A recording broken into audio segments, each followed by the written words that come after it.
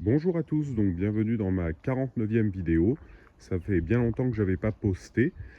Donc je vais vous présenter aujourd'hui un Patéphone numéro 18, donc qui doit dater d'environ 1910-1911. Donc c'est bien le 18 et pas le 180. Donc il possède le gros moteur rectangulaire en acier, enfin un espèce d'alliage qui ressemble à de l'acier va-t-on dire, alors que le 180 possède un moteur triangulaire en acier. Malheureusement, que ce soit pour le 18 réel, comme on peut voir ici, ou le 180, les deux moteurs sont pas d'une qualité extrême. Celui-ci a été compliqué à restaurer car le ressort avait été recoupé à maintes reprises et le ressort est vraiment d'une dimension très particulière. Donc je n'ai pas eu d'autre choix que de faire des recherches et des recherches, ce qui a mis 1 an et demi avant de trouver le bon ressort et de tout remonter. Ça a été très compliqué à trouver. Donc il possède un très beau pavillon en peinture d'origine de 60 cm de diamètre.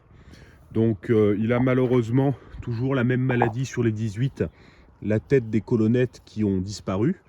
Donc à refaire. Mais sinon c'est quand même une machine très imposante, très grosse, comme on peut voir par rapport à la taille de la sellette, qui est toujours la même que j'utilise sur mes vidéos. On voit que le socle est énorme. Donc cette machine valait 250 francs à l'époque. Et l'avantage qu'il y a, c'est qu'elle peut lire des disques de 50 cm de diamètre avec une tête pâté concert. La boule en zamac est en parfait état, ce qui n'est pas rien. Et donc nous allons écouter la Tsarine, une mazurka que j'apprécie particulièrement. Santé très orchestre, la Tsarine, mazurka russe de Louis Gann.